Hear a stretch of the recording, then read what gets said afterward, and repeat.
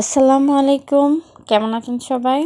কাছে এবং দূরে, দেশে এবং দেশের বাহিরে এই মুহূর্তে যে যেখান থেকে আমার এই ব্লগটি দেখছেন, আশা করি সবাই ভালো আছেন। আলহামদুলিল্লাহ, আমরাও ভালো আছি। নতুন আরেকটি ব্লগ নিয়ে চলে আসলাম, আশা করি ভালো লাগবে। আর ভালো লাগলে অবশ্যই ছোট্ট করে একটি লাইক দিয়ে আমার এই ব্লগটা দেখা শুরু করবেন প্লিজ। আপনাদের একটি লাইকই কিন্তু আমার এই ব্লগগুলো আরও অনেকের মাঝে পৌঁছে দিতে সাহায্য করে। আর যারা নতুন তারা চাইলে সাবস্ক্রাইব করে আমার এই ছোট্ট চ্যানেলের পাশেই থেকে যেতে পারেন। আর যারা অলরেডি কাজটি করে নিয়েছেন তাদের জানাই অসংখ্য ধন্যবাদ। আর এই তো আমি আমার ব্লগটা বিকেল বলতে আসরের পর থেকেই শুরু করেছি। আর এখানে আমার মেয়ে অনলাইনে একটি হেয়ার প্যাক অর্ডার করেছিল, সেটাই আজকে দিয়ে গেছে। ভাবলাম আপনাদের সাথে শেয়ার করি। তবে এখন পর্যন্ত যেহেতু এটা ব্যবহার করা হয়নি, ভালো না মন্দ সেটা এখন বলতে পারছি না। আচ্ছা, ব্যবহার করার পর যদি মনে হয় ভালো, তাহলে অবশ্যই তার ভালো না খারাপ সেটা আপনাদের সাথেও শেয়ার করব। আর এই তো আমার ছোট মেয়ে বসে আছে, ওকে আমি কেক দিচ্ছি কিন্তু খাবে না, ছুঁড়ে ফেলে দিচ্ছে আর কি। আর এই যে দেখেন কি করছে, আসলে আপু যে হেয়ার প্যাকটা অর্ডার করেছে ওটা ও খেলনা ভেবে ওটা দিয়ে করার জন্য কান্না করছে আর কি। আর আমি যে কেকটা দিচ্ছি সে কেকটা নিতে চাচ্ছে না। আর এই তো, আর ওরা দুই বোন মিলে খেলা করছে আর আমি আমার অন্যান্য কাজগুলো করে নেব। আর এই যে দেখেন এদিকে তিনজন মিলে, মানে আমার মেজো মেয়ে আর তার সাথে আরও দুইজন তার বান্ধবীরা মিলে এখানে বসে ওই যে হেয়ার প্যাকের সাথে যে প্যাকেটে বাবুলের মতো যে ফুটে ওইগুলো বসে বসে ফুটাচ্ছে তিনজন মিলে। আর এই তো বাহিরের দিকটা কিন্তু দেখতে অন্ধকার মনে হচ্ছে, আসলে কিন্তু ক্যামেরায় এরকম দেখাচ্ছে আর কি। বিকেলবেলাটা একটু শীতের দিনের বিকেলবেলা বলতে এরকমই। আর এই যে আমি সকালবেলা অনেকগুলো কাপড় ধুয়ে দিয়েছিলাম, সেগুলি এখন গুছাচ্ছি। আসলে বিকেলবেলায় কিন্তু এই কাজটা করতে হয় প্রতিদিনই। যে কাপড়গুলো ধোয়া হয় সেগুলো যেহেতু শুকিয়ে যায়, ওই কাপড়গুলো আমি এখন এক এক করে ভাঁজ করে নেব। আর আলনার কাপড়গুলো আমি আলনাতেই রাখবো, আর বাকি সবগুলো আমি ওয়ার্ডরোবে রেখে দেবো আর কি। এখানে একটি কাঁথাও ছিল, সেটাও আমি ধুয়ে দিয়েছি, যেহেতু শীতের দিন চলে এসেছে তাই কাঁথাগুলো লাগবে, সেজন্য ধুয়ে আগে থেকেই রাখছি। আর এই তো এক এক করে সবগুলোই কাপড় আমি ভাঁজ করে নিচ্ছি। আর আমার প্রিয় আপুদের উদ্দেশ্যে বলছি, অনেকেই কিন্তু অনেকের ব্লগগুলো দেখে আর কি স্প্যাম কমেন্ট করে যান। আমার ব্লগেও অনেকে করেছে আর কি, যেমন সাবস্ক্রাইবের সংখ্যা উল্লেখ করা বা পাশে আছি পাশে থাকবো এরকম আর কি কমেন্টগুলো প্লিজ আপনারা না করলেই ভালো। কেননা এই কমেন্টগুলো করলে কিন্তু চ্যানেলের ক্ষতি হয়, সেটা আমার চ্যানেলেও ক্ষতি হবে, আপনার চ্যানেলেও ক্ষতি হবে, মানে যারা করে আর কি তাদের চ্যানেলেও ক্ষতি হবে। তাই এরকম কমেন্ট যাতে না করি, পাশে থাকলে অবশ্যই একটি ইঙ্গিত দিয়ে বা কমিউনিটিতে গিয়ে বলে আসলেই হবে। তাতে দেখবেন যাকে আমন্ত্রণ জানিয়েছেন বা আপনার চ্যানেলে আসার জন্য বলেছেন সে অবশ্যই আসবে। আর চ্যানেলে আসার পরে কিন্তু ভিডিওগুলো না দেখলে কিন্তু এই সাবস্ক্রাইব কেটে নিয়ে যায় ইউটিউব আর কি। তাই যারা সাবস্ক্রাইব করবেন অবশ্যই ব্লগগুলো দেখার চেষ্টা করবেন।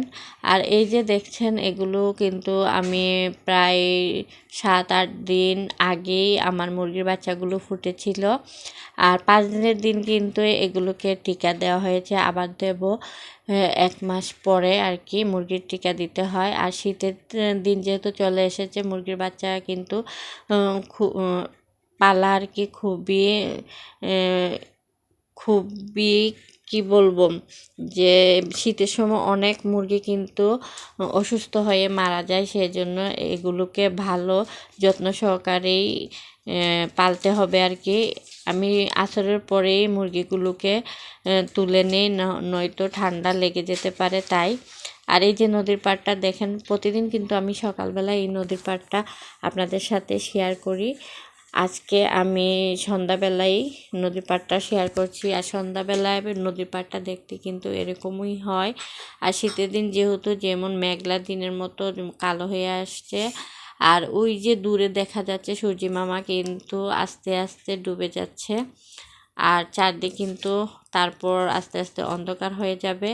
আর আমার ভিডিওর টাইটেলে আমি যে বলেছিলাম যে 0 বাজেটে আমি আমার ডাইনিং টেবিলটা সাজাবো আর কি, সেটাই আজকে আপনাদের সাথে শেয়ার করব। আর সেটা দেখতে হলে অবশ্যই আমার ভিডিওর ব্লগের সাথে থাকতে হবে আর কি। আর যে এই যে দেখেন, আমি যেখানেই যাই আমার মেয়ে কিন্তু আমার সাথেই থাকে, ওকে নিয়েই সব কাজগুলো করতে হয়। আর এই তো এখন ও খেলা করছে, আর এদিকে আপনাদের সাথে শেয়ার করছি। এটা হলো একটা বিছানার চাদর আর কি, আমি কিনেছিলাম অনেক দিন আগেই। আর এই বিছানার চাদরটা কিন্তু আমি ব্যবহার করিনি, তাই ভাবলাম এই বিছানার চাদরটা দিয়ে আমি কোনো একটা নতুন রূপ দেবো আর কি ডাইনিং টেবিলটার। সেজন্য আমি আমার এই বিছানার চাদরটা দিয়ে ডাইনিং টেবিলের জন্য আমি কাভার, চেয়ারের জন্য কাভার এবং ডাইনিং টেবিলে বিছানোর জন্য বানিয়ে নেব। সেজন্য কিন্তু আমি প্রথমে আমার পুরনো ডাইনিং টেবিলের কাপড়টা চাদরের উপর বিছিয়ে ওর মাপ দিয়ে আমি কেটে নিয়েছি। তারপর আমি চেয়ারের মাপগুলো নিয়ে তারপর চেয়ারের কাভারগুলো তৈরি করে নিচ্ছি এই যে মেশিনের সাহায্যে। যাদের মেশিন নেই তারা চাইলে কিন্তু হাতেও করে নিতে পারেন, এটা কিন্তু বেশি একটা কঠিন না। যারা সেলাই কাজ পারেন না তারাও কিন্তু এটা বানিয়ে নিতে পারেন। আর আমরা কিন্তু অনলাইন থেকে বা মার্কেট থেকে ডাইনিং টেবিলের যে সেটটা আর কি আমরা কিনি, সেটার কিন্তু অনেক দাম, 1500, 1400, 1200 আমি দেখেছি অনেকগুলো অনলাইনেই। তাই ভাবলাম এত টাকা খরচ না করে যদি খুবই স্বল্প খরচে যদি বানানো যায় তাহলে বানিয়ে নেয়াই ভালো। আমাদের মতো গৃহিণীরা কিন্তু যতটুকু সাশ্রয় করা যায় সেটাই চিন্তা করে। যাদের আছে তাদের তো কথাই নেই, তারা তো অনেক সময় কেনাকাটা বা শপিংয়ে করে থাকে, যারা আছে বা যাদের এরকম অবস্থা আছে আর কি। আর আমরা যারা এত মূল্য দিয়ে কেনা সম্ভব না, তারা চাইলে কিন্তু এরকম চাদর একটা কিনে এরকম বানিয়ে নিতে পারি। এই চাদরটা কিন্তু আমি কিনেছিলাম 500 টাকা নিয়েছিল আমার কাছ থেকে। এরকম চাদর একটা কিনে কিন্তু এই তো আমি আমার ডাইনিং টেবিলটার নতুন রূপ দিয়েছি। দেখতে কিন্তু আমার কাছে ভালোই লাগছে। আপনাদের কাছে কেমন লাগছে অবশ্যই কমেন্টে জানাবেন। আর এই ডাইনিং টেবিলটা আমার 4 চেয়ারের ডাইনিং টেবিল। আর এখানে যেহেতু জায়গার কম, তাই আমি এখানে 3টা চেয়ার দিয়েই ডাইনিং টেবিলটা ব্যবহার করে থাকি। আর ডাইনিং টেবিলটা খুবই নর্মালভাবে সাজানো। আমার ডাইনিং টেবিলের উপরে একটা ট্রের উপরে শুধু ফুলদানি আর পানির জগ থাকে আর গ্লাস থাকে, তেমন বেশি কিছু আমি রাখি না। আর এই তো আমার কাছে তো খুবই ভালো লাগছে দেখতে। আপনাদের কাছে কেমন লাগছে অবশ্যই জানাবেন।